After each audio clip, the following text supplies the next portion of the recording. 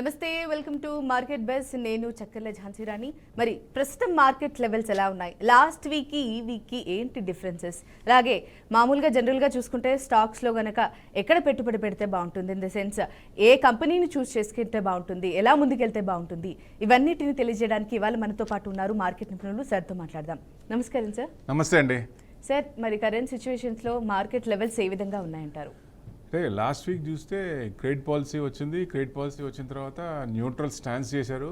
Market కొంచెం positive తీసుకుంది. Last 2 days అంటే గురువారం పెరిగి శుక్రవారం మైనస్ ఓపెన్ అయ్యి మళ్ళీ మధ్యాహ్నం నుంచి ప్లస్లోకి వచ్చింది.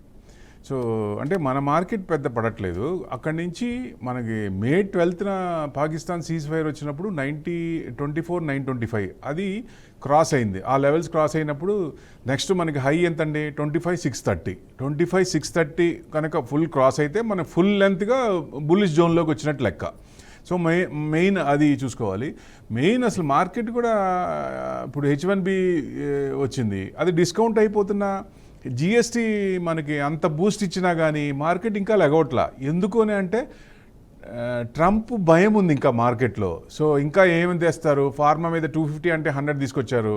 సో ఇంకా ఏం తెస్తారు అనేది కొంచెం ఇది కాబట్టి మార్కెట్ కొంచెం ఆ భయం ఉంది. ఆ ట్రిగర్ పాయింట్ కోసం చూస్తోంది. ఎందుకంటే షార్ట్స్ కూడా ఎఫ్ఐఎస్ కూడా కంటిన్యూస్గా జిఎస్టీ అంత బూస్ట్ ఇచ్చిన తర్వాత కూడా ఇప్పుడు 4 slabs నుంచి 2 slabs చేశారు. అయినా కానీ ఎఫ్ఐఎస్ కంటిన్యూస్గా అమ్ముతూనే ఉన్నారు. సో మొన్న కూడా అంటే అమ్మటం అనేది మేజర్ 3,000-4,000 కోట్ల నుంచి 1,500 కోట్లకి వచ్చారు. అంటే సెల్లింగ్ తగ్గింది, అగ్రెసివ్గా తగ్గింది అనుకోవచ్చు ఒక రకంగా. సో ఇప్పుడు నెక్స్ట్ ఏంటి అని చూస్తే వాళ్ళ పొజిషన్ ఏంటి, ఎంతవరకు అమ్ముతారు కంటిన్యూస్గా. మన దాదాపుగా లాస్ట్ 2 months చూస్తే 67,000 crores 65 crores దాకా డిఐస్ కొన్నారు వాళ్ళు అమ్ముతున్నా కానీ. వాళ్ళు 47 కోట్లు 48 కోట్లు అమ్మినా కానీ ఇంత చేసినా కానీ మన మార్కెట్ రేంజ్ బౌండ్లోనే ఉంటుంది, పడట్లేదు. ఎందుకు అంటే మన మార్కెట్ స్ట్రాంగ్గా ఉంది, పారామీటర్స్ అన్నీ బాగున్నాయి. జీడిపి 6.3ది 6.8 మరి ప్లానింగ్ కమిషన్ కూడా మార్చింది ఇయర్ది. సో అన్నీ పాజిటివ్ ఉన్నాయి. ఇంట్రెస్ట్ రేట్ తగ్గుతున్నాయి, ఇన్ఫ్లేషన్ కంట్రోల్లో ఉంది.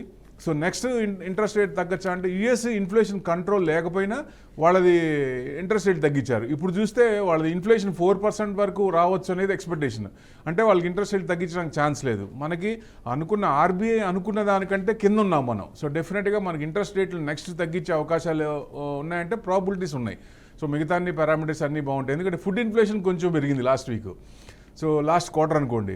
సో అది నెక్స్ట్ ఫుడ్ ఇన్ఫ్లేషన్ కొంచెం కంట్రోల్ అయితే కొంచెం తగ్గితే మళ్ళీ మనకి తగ్గించే అవకాశాలు ఎక్కువ కనపడుతున్నాయి. ఓకే సార్, మనకి కొన్ని కాల్స్ అయితే వచ్చేసాయి, వాటి గురించి మాట్లాడతాం. నమస్కారం అండి, మీ పేరు? నమస్తే. మీ పేరండి? జతిష్మ గారు, సార్తో మాట్లాడండి. చెప్పండి అండి. హలో, చెప్పండి మీ క్వశ్చన్ ఏంటో చెప్పండి. వినపడుతుంది, చెప్పండి. జతిష్మ గారు, మీరు ఎందుకు కాల్ చేశారో, ఏం డౌట్ క్లియర్ చేసుకోవడానికి కాల్ చేశారో అది సార్కి చెప్తే గనక మాట్లాడతారు. ఓకే, జతిష్మ కాల్ కట్ అయినట్టుంది సార్. నెక్స్ట్ కాలర్కి వెళ్దాం. హాయ్ అండి, నమస్కారం అండి. హలో, మీ పేరు చెప్పండి. యోగేష్ మాట్లాడుతున్నా మేడం. జ్యోతిష్ కుమార్ గారు, సార్తోనే మాట్లాడండి. సార్, ఇది ఇప్పుడు మాకు మామూలుగా మెసేజ్ వస్తున్నాయి సార్ వాట్సాప్ లో, టెలిగ్రామ్ లో, అంటే పెన్నీ స్టాక్స్ కొనుక్కో అని చెప్పి. అవి ఎట్లా సార్ కొనుక్కోమంటారా? మంచిగా ఉంటాయి సార్ అవి? ఇప్పుడు వాళ్ళు ఇచ్చేవాళ్ళు ఎవరో తెలీదు.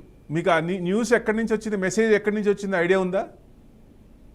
లేదు సార్, అంటే మామూలుగా టెలిగ్రామ్ లో అని వస్తుంది సార్. ఇప్పుడు మామూలుగా ఇది వాళ్ళు ఏంటంటే ప్రాఫిట్ బుకింగ్ అని చెప్పి గ్రూప్లు ఉంటాయి, దాంట్లో ఇస్తున్నారు సార్ వాళ్ళు.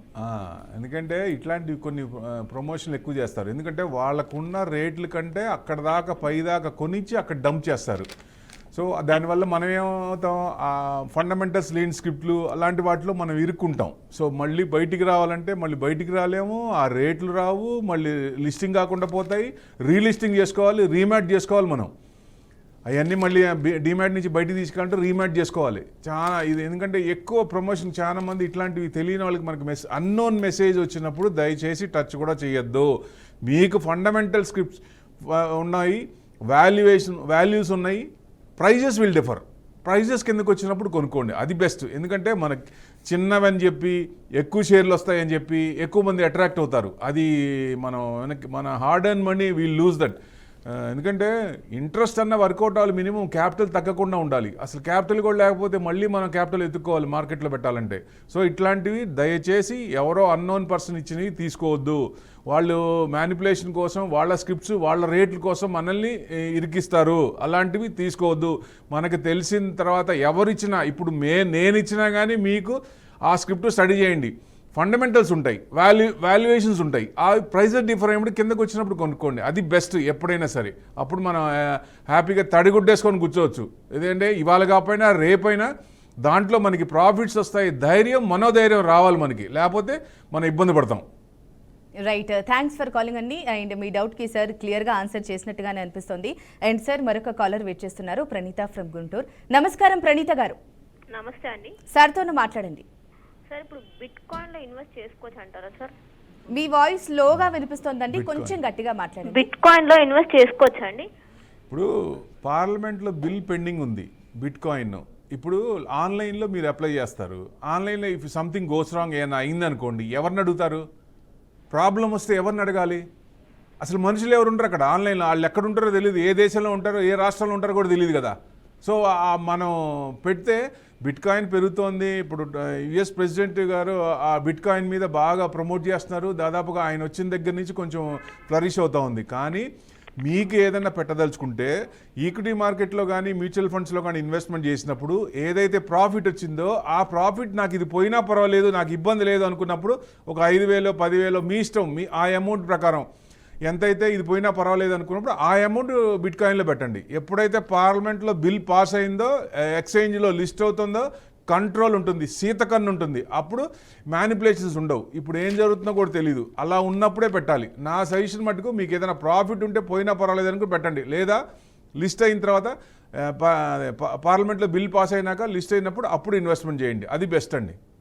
రైట్, థ్యాంక్ యూ ప్రణీత గారు, థ్యాంక్స్ ఫర్ కాలింగ్. అండ్ ఇలాగే మీకు ఇంకా ఎటువంటి డౌట్స్ ఉన్నా ఏమున్నా సరే మరి స్క్రీన్ పైన కనిపిస్తున్న నెంబర్స్కి కాల్ చేయండి. మా మార్కెట్ నిపుణులు ప్రభు మల్లంపాటి గారితో మాట్లాడి మీ డౌట్స్ అన్ని క్లియర్ చేసుకోండి. అలాగే ప్రభు మల్లంపాటి గారి పర్సనల్ కాంటాక్ట్ నెంబర్ వచ్చేసి 9177575773. సో ఇప్పుడు మాట్లాడలేని వారు డైరెక్ట్గా కాల్ చేసి కూడా మీ డౌట్స్ అన్ని క్లియర్ చేసుకోవచ్చు. అండ్ సార్ ఇవాళ లైవ్ బీఎస్సీ సెన్సెక్స్ కనుక చూసుకుంటే 81,624.86 అండ్ ప్రీవియస్ క్లోజ్ వచ్చేసి 81,207.17, అలాగే ఓపెనింగ్ వచ్చేసి 81,274.79. అండ్ దాంతోపాటు నిఫ్టీ 50 కనుక లైవ్ చూసుకున్నట్టయితే 25,012.85, అలాగే ప్రీవియస్ క్లోజ్ కనుక చూసుకుంటే 24,894.25, ఓపెనింగ్ వచ్చేసి 24,916.55. సార్ అంటే మనం 25,000 క్రాస్ అయ్యాం. Right sir. సో మనం మళ్ళీ 25,048 38 క్రాస్ అయిన తర్వాత 25,000 అబోవ్ మళ్ళీ 650 రావాలంటే 25,150 ఎక్కువ సార్లు వచ్చి అక్కడి నుంచి రిటర్న్ అయింది. సో అక్కడ స్ట్రాంగ్ రెసిస్టెన్స్ ఉంది. అది కనుక క్రాస్ అయితే మనకి హై, అంతకుముందు హై వచ్చేసి 25,648, అది క్రాస్ అయితే ఆల్ టైమ్ హై ఎంతండి 26,277. అది మనం దీవాళీ లోపల క్రాస్ అవుతాం అనుకున్నాం, కానీ దీవాళీ లోపల అవుతామా? ఇప్పుడు మళ్ళీ కొత్త డ్యాన్స్లన్నీ వస్తున్నాయి ఆయన ట్రంప్ గారి. మనం ఇంకా ఏం చేస్తారో తెలియదు కాబట్టి అన్సర్టనిటీ ఉంది. అంటే ట్రిగర్ పాయింట్ కోసం చూస్తోంది మార్కెట్, పాజిటివ్ ట్రిగర్ పాయింట్ కోసం. అంటే ఇండియా యుఎస్ రిలేషన్స్ అది కనుక మనకి టరిఫ్ ట్రెమర్స్ కనుక సెటిల్ అయిపోతే మే 12న పాకిస్తాన్ సీజ్ ఫైర్ అప్పుడు మార్కెట్ 1000 పాయింట్స్ ఎలా పెరిగిందో అంతకంటే పెరిగే ఛాన్స్ ఉంది. ఎందుకు అంటే దానికి కారణం ఏంటి? 94 పొజిషన్స్ ఎఫ్ఐ షార్ట్లో ఉన్నారు. ఇప్పుడు వాళ్ళు 80 పొజిషన్ షార్ట్ ఉన్న దగ్గర నుంచే నెక్స్ట్ 2 to 3 వీక్స్లో వాళ్ళు జనరల్గా మార్కెట్ యూటర్న్ తీసుకుంటుంది. కానీ 94 దాకా వచ్చింది.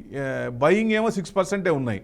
సో పొజిషన్స్ ఎక్కువ ఉన్నాయి, షార్ట్స్లో ఎక్కువ ఉన్నాయి. కాబట్టి ఏదన్నా వాళ్ళకి కావాల్సింది న్యూస్ ఏదన్నా ఉన్నప్పుడు మొత్తం దేశం అంతా కూడా ఈ ట్రెమర్సే సెటిల్ అవుతాయనే ఉద్దేశంతో చూస్తోంది. కాబట్టి ఈ నెలలో సెటిల్ అవ్వచ్చా? ఎందుకంటే వాళ్ళు కూడా ఇబ్బంది పడుతున్నారు, షట్ డౌన్ అయింది యుఎస్. సో మేజర్ అవసరమైన డిపార్ట్మెంట్లే పనిచేస్తారు, మిగతా వాళ్ళందరికీ లాంగ్ లీవ్ అన్నట్టు ఇచ్చేశారు వాళ్ళు. సో ఎవరు పనిచేయాల్సిన పని లేదు. సో ఎంతవరకు లాస్ట్ టైం కూడా ట్రంప్ గారు వచ్చినప్పుడు 2018లో 35 days షట్ డౌన్ అయింది. So this is the second time. So ఆయన పాలసీలు కానీ అన్నీ వాళ్ళకే వ్యతిరేకం ఉంది. అంటే ఎందుకు షట్ డౌన్ అయింది, రీజన్ ఏంటి అంటే డెట్ పెంచుకోవడానికి అపోనెంట్ పార్టీలో పార్లమెంట్లో వాళ్ళ అపోనెంట్స్ కూడా వాళ్ళు పర్మిషన్ ఇవ్వాలి. పర్మిషన్ ఇచ్చినప్పుడే పెంచుకోవడానికి ఛాన్స్ ఉంది. వాళ్ళు అవతల డెమోక్రాట్స్ ఇవ్వలేదు కాబట్టి వాళ్ళకి డెట్ మళ్ళీ అప్పు చేసి మళ్ళీ ఇది చేయడానికి ఛాన్స్ లేదు. సో ఎప్పుడైతే వాళ్ళు యాక్సెప్ట్ చేశారో వీళ్ళు చెప్పిన పాలసీలు వాళ్ళకి నచ్చి వాళ్ళు ఓకే అన్నప్పుడు అప్పుడు ఇస్తారు, పర్మిషన్ ఇస్తారు. ఇచ్చినప్పుడు ముందుకెళ్ళడానికి అవకాశాలు ఉన్నాయి. సో ఇప్పుడు ఎన్ని రోజులు ఉంటాయి? లాస్ట్ టైం 35 days అన్నారు. ఇప్పుడు చూస్తే టరిఫ్ ట్రెమర్స్లో ఇన్ఫ్లేషన్ ఉంది, బాగా ఇబ్బంది పడుతూ ఉన్నారు. ఎండ్ యూజర్ వాళ్ళే మొత్తం ఏదన్నా ఎక్కువ ట్యాక్స్లు పెట్టి కొనుక్కోవాల్సి వస్తుంది. సో ఈ క్రమంలో ఇప్పుడు ఎన్ని డేస్ ఉంటుంది?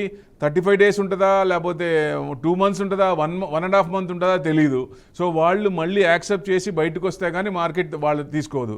కానీ వరల్డ్ మొత్తం మార్కెట్స్ అన్ని పాజిటివ్లో ఉన్నాయి. మనమే ఇంకా మన ఆల్ టైమ్ హైకే 26,277కే ఇంకా 5% దూరంలో ఉన్నాం.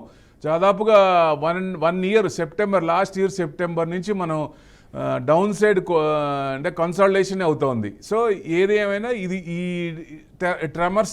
టరిఫ్ ట్రెమర్స్ అనేది సెటిల్ అయితే అప్పుడు కొంచెం పెరిగే ఛాన్సులు ఉంటుంది. ఏదైనా 26 ఆల్ టైమ్ హై దాటిందా ఫ్రెష్ ఆల్ టైమ్ హై వచ్చే అవకాశాలు కూడా ఉంటాయి. కానీ అది వెళ్ళటానికే మనకి చాలా ఇబ్బంది పెడుతున్నాం, ప్రసవ వేదన పడుతుంది మార్కెట్ ముందుకెళ్ళటానికే. సో స్టాక్స్ అక్కడే ఉన్నాయి, ఓన్లీ ఆప్షన్స్లోనే మూమెంట్స్ ఉన్నాయి, కానీ స్టాక్స్ పెద్ద పెరగట్లేదు. సో స్టాక్స్ కూడా పెరగాలంటే కొంచెం మేజర్ బయింగ్ రావాలి. ఎఫ్ఐఎస్ యూటర్న్ తీసుకోవాలి. యూటర్న్ తీసుకున్నప్పుడు మనకి డెఫినెట్గా కొంచెం వరదలై పొంగుతాయి ఎఫ్ఐఎస్ వాళ్ళు వచ్చినప్పుడు. ఎందుకంటే మెయిన్ ఇంకో కారణం ఏంటండి, ఐపీఓస్ ఎక్కువ వస్తున్నాయి. మేజర్ ఐపీఓస్ ఎక్కువ వస్తున్నాయి. అన్లిస్టెడ్ వాళ్ళు కూడా ఎక్కువ రేట్లు పెట్టుకుంటున్నారు. అది కూడా కొంచెం ఇబ్బందే. ఎందుకంటే వాళ్ళు ఇచ్చేది లిస్టెడ్ రేట్స్ కూడా చాలా తక్కువ ఉన్నాయి. ఐపీఓస్లో ఏమో తక్కువ ఉంటాయి, అన్లిస్టెడ్ ఏమో ఎక్కువ అమ్ముకుంటున్నారు, డిమాండ్ ఉంది అని. సో నా రిక్వెస్ట్ ఏంటంటే సెబీ కూడా అన్నీ ఎలా చూస్తున్నారో అన్లిస్టెడ్ షేర్స్ కూడా ఒక స్క్రీన్ చేయండి. డెఫినెట్గా ఎక్కువ ఇన్వెస్టర్స్ నష్టపోతున్నారు. ఇది చాలా మంది డబ్బులు హార్డ్ అండ్ మనీ పోగొట్టుకుంటున్నారు. అది కరెక్ట్గా ఉండాలంటే సెబీ కూడా దీని మీద కూడా అన్లిస్టెడ్ మీద కూడా స్క్రీనింగ్ చేస్తే ఎవరు ఇట్లాంటి మ్యానిపులేషన్ చేయకుండా ఉంటారు, ఎక్కువ ఇన్వెస్టర్స్ నష్టపోకుండా ఉంటారు. ఓకే సార్, మనకు కాలర్ అయితే వెయిట్ చేస్తున్నారు, ప్రకాష్ ఫ్రమ్ విజయవాడ. నమస్కారం ప్రకాష్ గారు. నమస్తే మేడం. సార్తో మాట్లాడండి. చెప్పండి సార్, ఇది హెచ్డిబి ఫైనాన్షియల్ సర్వీసెస్ మేము కొన్నామండి, అన్లిస్టెడ్ లో కొన్నాం. అదే ఇప్పుడే మాట్లాడుకుంటున్నాం. అన్లిస్టెడ్ షేర్స్ ఈ మధ్య బాగా డిమాండ్ ఉందని చెప్పి ఎక్కువ ఇస్తున్నారు. హెచ్డిబి ఫైనాన్షియల్ కానీ టాటా క్యాపిటల్ కానీ. టాటా క్యాపిటల్ ఇవాళే స్టార్ట్ అయింది 6th నుంచి 9th మంచి ఇష్యూ. టాటా అంటే ఎవర్ గ్రీను, ఇండియాలో నమ్మబుల్ ట్రస్ట్ ఉన్న కంపెనీ ఏదంటే ఫస్ట్ ప్రిఫర్ చేసేది ఎవరైనా కానీ టాటా. సో మెయిన్ ఈ 1100 పెట్టారు. ఇష్యూ రేట్ ఎంత అంటే 330, 360, 370 ఉంది. సో చాలా డిఫరెన్స్ ఉంది. మార్కెట్లో 1100 కొనుక్కునే వాళ్ళు ఏమైపోవాలా? అన్లిస్టెడ్లో దయచేసి అసలు టచ్ కూడా చేయొద్దు. మనకి క్లారిటీ లేదే. ఇప్పుడు రేపు ఎన్ఎస్సీ అయినా 2000, 2500 పెట్టి కొనుక్కున్నారు. వాళ్ళందరూ ఏమైపోవాలి? తక్కువైపోతే మేజర్ బాగా వస్తుందని. సో అన్లిస్టెడ్లో అస్సలు దయచేసి ఇన్వెస్ట్మెంట్ చేయొద్దు. ఒకవేళ నిజంగా మంచి కంపెనీ అయితే ఇప్పుడు ఎన్ఎస్డిఎల్ కానీ ఎన్ఎస్సి కానీ మంచి కంపెనీ, లాంగ్ టర్మ్లో మనకి మంచి రిటర్న్సే వస్తాయి. అలాంటి కంపెనీలు లిస్ట్ అయిన రోజు లేదా పడినప్పుడు రీట్రేస్మెంట్ అయినప్పుడు కొనుక్కుంటే మంచిది. ఎట్టి పరిస్థితుల్లో అన్లిస్టెడ్ జోలికి వెళ్ళకండి. ఐపీఓలకు మనం అనుకున్నవి రావు. సో అందుకని ఎక్కువ మంది అన్లిస్టెడ్ కళ్ళు అటు వెళ్తున్నారు. సో ఎన్నైతే కొనుక్కోవచ్చు. కానీ ఎక్కువ పెట్టి కొనుక్కున్నప్పుడు 330 అంటే మళ్ళీ 1100 కొనుక్కునే వాళ్ళు మళ్ళీ 2 times 3 times ఉన్నప్పుడు అవి మళ్ళీ యావరేజ్ చేసుకోవాల్సి వస్తుంది. సో దయచేసి అన్లిస్టెడ్ జోలికి వెళ్లకుండా మంచి కంపెనీ అయితే ఆ కంపెనీ లిస్ట్ అయిన రోజు కానీ అది రీట్రేస్మెంట్ అయిన రోజు కానీ కొనుక్కుంటే మంచిదండి. ఓకే, థ్యాంక్ యూ ప్రకాష్ గారు, thanks for calling. And sir, మామూలుగా మెటల్ సెక్టర్ చూసుకుంటే దసరా ఫినిష్ అయిపోయింది, ఇప్పుడు దివాళీ రాబోతోంది. అండ్ మరి ఈ పీరియడ్ ఆఫ్ టైంలో అసలు మెటల్స్ పరంగా గోల్డ్ కానీ సిల్వర్ కానీ ఏ మేరకు పెరిగే అవకాశాలు ఉన్నాయంటారు? ఇప్పుడు ఈక్విటీ మార్కెట్ ఇబ్బంది పడుతున్నప్పుడు అసెట్ క్లాస్లో నెక్స్ట్ ఏంటంటే గోల్డ్ మీద ఇన్వెస్ట్మెంట్ చేస్తారు, హెడ్జ్ పెట్టుకుంటారు. ఇక్కడ లాస్ అయిన ఇక్కడకున్న పోర్ట్ఫోలియోకి లాస్ కాకుండా ఉండాలంటే అసెట్ క్లాస్లో ఏది పెరుగుతుందో చూసుకొని ఆ దాంట్లో గోల్డ్ పెరుగుతుంది కాబట్టి గోల్డ్లో హెడ్జ్ పెట్టుకుంటారు. అప్పుడు ఈ లాస్ అనేది అక్కడ కాంపన్సేట్ అవుతుంది ఆ ప్రాఫిట్స్తో. సో అట్లా పెరిగింది ఒకటి. మెయిన్ అసలు గోల్డ్ కూడా ఇంత పెరగడానికి కారణం ఏంటి? ఆ సెంట్రల్ బ్యాంక్స్ అన్ని గోల్డ్ మొత్తం ఎక్విటీ చేస్తున్నాయి. ఇన్వెస్ట్మెంట్ పరంగా చూస్తే గోల్డ్ ఇప్పుడు పెట్టకూడదు. నా సలహా మటుకు పెట్టద్దు, ఎందుకంటే హైలో ఉంది. సో మా ఈక్విటీ మార్కెట్ కనుక సెటిల్ అయితే ఎట్లా సెటిల్ అవుతుంది అనుకుంటున్నాం? యుఎస్ ఇండియా ట్రెమర్స్ కనుక టరిఫ్ ట్రెమర్స్ కనుక సెటిల్ అయిపోతే మార్కెట్ యూటర్న్ తీసుకునే అవకాశం ఉంటుంది. యూటర్న్ తీసుకున్నప్పుడు ఈక్విటీ మార్కెట్ పెరుగుతుంది, అప్పుడు గోల్డ్ కొంచెం తగ్గే ఛాన్స్ ఉంటుంది. ఏదన్నా మీరు టైం ఉంది అనుకుంటే స్టాగర్డ్ మేనర్లో పార్ట్ బై పార్ట్ కొంచెం అనుకునే 10 గ్రాములు అనుకునేది 1 గ్రామ్ ఎక్రూడ్ చేసుకోండి. లేదా టైం ఉంది 5 years 10 years టైం ఉంటే గోల్డ్ ఈటీఎఫ్ కానీ గోల్డ్ బీసీ కానీ మీకు ఎంత గోల్డ్ అవసరమో అంత మందానే చెయ్యండి, అంతకు మించి చేయకూడదు. ఎందుకంటే డెడ్ ఇన్వెస్ట్మెంట్ దాంట్లో మనకి ఈ సంవత్సరం 40% వచ్చింది, ఎవ్రీ ఇయర్ అంత రాదు, లాస్ట్ రికార్డ్ తీసుకుంటే అంత లేదు. సో డెఫినెట్గా ఇప్పుడు కొంటున్నారు సెంట్రల్ బ్యాంక్స్, ఇంకా ఎంత కొంటారు అనేది చెప్పలేము. ఇప్పుడు 2 లక్షలకు కూడా వెళ్ళొచ్చు, కానీ ఈ హైలో కొనుక్కోవడం మంచిది కాదు. ఇన్వెస్ట్మెంట్ పరంగా చూస్తే మీరు ఇన్వెస్ట్మెంట్లో పెట్టుకోండి, ఏది సిల్వర్లో పెట్టండి.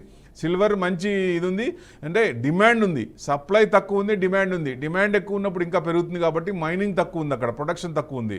సో ఇండస్ట్రియల్ యూసేజ్ పెరుగుతుంది కాబట్టి 2 లక్షలు దాటిందా 2 లక్షల నుంచి 2.5 వరకు వెళ్ళే ఛాన్స్ ఉంది. అది కూడా మనం అనుకున్న టైం కాదు, మార్కెట్ ట్రెండ్ పెట్టుకోవాలి కాబట్టి నెక్స్ట్ 5 to 10 years అని టైం పెట్టుకుంటే మీకు 2.5 లక్షల వరకు వెళ్ళే ఛాన్సులు ఉన్నాయి, ఎప్పుడైనా రావచ్చు.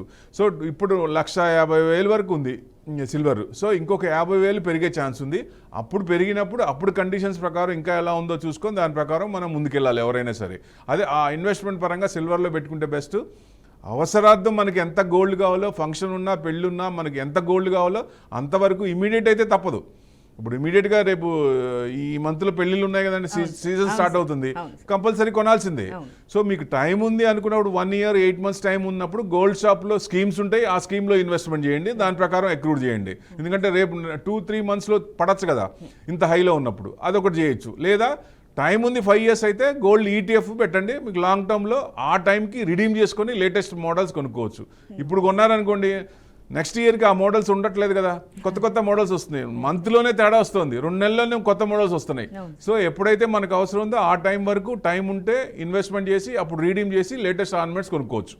Okay sir. అండ్ సార్ ఇంతకుముందు మీరు చెప్తున్నట్టుగా ఐపీఓస్ మాట్లాడుతున్నప్పుడు కూడా H1B వీసాకి సంబంధించి కూడా మాట్లాడారు. అండ్ ట్రంప్ H1B వీసాకి సంబంధించి చాలా మార్పులు చేర్పులు చేశారు. అండ్ దానికన్నా ముందు కూడా అసలు వెంటనే 25% ఒకసారి, మళ్ళీ 25% ఒకసారి ఇలా ట్యాక్స్ పెంచేశారు. అవన్నీ కంప్లీట్ చేసుకొని మన ఇండియాలో ట్యాక్స్ అనేది GST అనేది తగ్గించారు సార్. ఓవరాల్గా మరి దీని ప్రభావం మార్కెట్పై ఎలా పడుతుందంటారు? ఒక రకంగా ఇండియాలో ట్యాక్స్లు ఎక్కువ అని దేశం మొత్తం అన్ని దేశాల గట్ట హోరెత్తుతున్నాయి. ఎందుకంటే 30% స్లాబ్లో ఉన్నవాళ్ళు టోటల్గా ఇన్కమ్ ట్యాక్స్ 30%లో ఉన్నవాళ్ళు ఎంత కడుతున్నారండి, టోటల్ 42% కడుతున్నారు. అంటే ₹1,00,00,000 సంపాదించిన వాళ్ళు 42 లక్షలు కడుతున్నారు. 42% అంటే అది పెయినే కదా. మిగతా కొన్ని కంట్రీస్ అయితే ట్యాక్సే లేవు, ట్యాక్స్ లేని కంపెనీస్ ఉన్నాయి. HNIs ఎవరైతే ఇండియాలో ఉన్నారో they are flying to the companies, ఆ కంట్రీస్లో ట్యాక్స్ లేని కంట్రీస్కి వెళ్తున్నారు. సో అక్కడ మనకి 180 days 3 months అక్కడ ఉండాలి కదా, అక్కడ ఉంటున్నారు, పర్మిషన్ తీసుకుంటున్నారు, మెంబర్షిప్ తీసుకుంటున్నారు, సిటిజన్షిప్ తెచ్చుకుంటున్నారు, అక్కడ ఇన్వెస్ట్మెంట్ చేస్తున్నారు.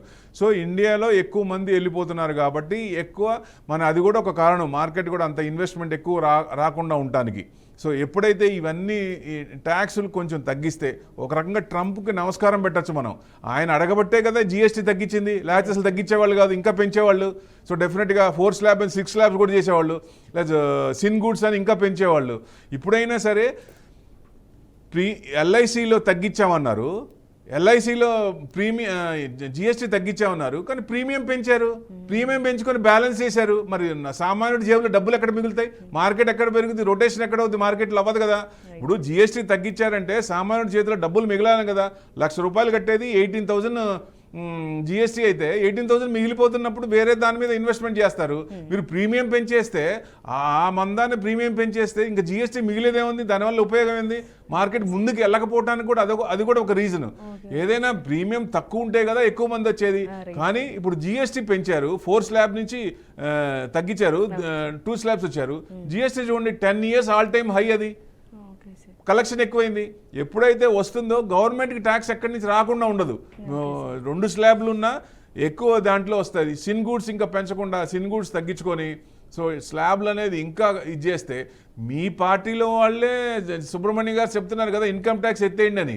సో డెఫినెట్గా middle and lower middle class ఎందుకంటే పిండుతారని.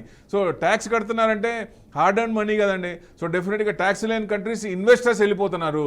సో ఇన్వెస్టర్స్ వెనక్కి రావాలంటే, ఇండియాలో ట్యాక్స్ తక్కువ అని అనిపించుకోవాలంటే గవర్నమెంట్ దయచేసి పునరాలోచించి ఇంకా కొంచెం ఇన్కమ్ ట్యాక్స్, మామూలు ట్యాక్స్లు కూడా అదే GST కానీ మిగతా అన్ని ట్యాక్సులు అవన్నీ ట్యాక్స్ కూడా తగ్గిస్తే మంచిదండి. Sir thank you sir. Sir మరొక కాలర్ అయితే వెయిట్ చేస్తున్నారు, వెంకటేశ్వర్లు ఫ్రమ్ విజయవాడ. నమస్కారం వెంకటేశ్వర్లు గారు. హలో నమస్కారం అండి. అనంతరాజు 750తో కొన్నానండి. ఇప్పుడు పెరుగుద్దండి. అనంతరాజు 750లో కొన్నారు, 699, 700 ఉంది సార్. ఇవాళ 3% వచ్చి సార్ బాగానే ఉంది. ఇది బ్రేక్అవుట్ అయింది, ఇంకొంచెం పెరిగే ఛాన్స్లే ఉన్నాయి కదా. కొంచెం పైనుంచి కొంచెం ఇది అవుతుంది కాబట్టి మీకు 690 కూడా కట్ అయితే కొంచెం కిందకు వస్తుంది, లేదా మీకు 850 దాకా వచ్చే ఛాన్స్ ఉన్నాయి సార్. హోల్డ్ చేయండి సార్. సరే sir, thank you. Welcome sir. Thank you Venkateswarlu గారు.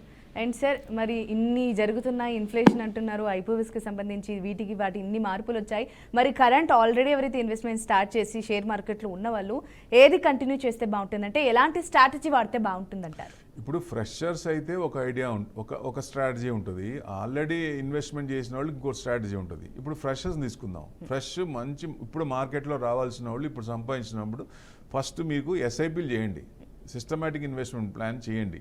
మీకు ఎవరైనా సరే అంటే మీకు లాంగ్ టర్మ్లో 25 ఇప్పుడు ఏజ్ జస్ట్ జాయిన్ జాబ్స్లో ఉంటారు కదా వాళ్ళు, ఇప్పుడు మీలాంటి ఏజ్ వాళ్ళు చిన్నవాళ్ళు కూడా ఎస్ఐపీలు చేయొచ్చు.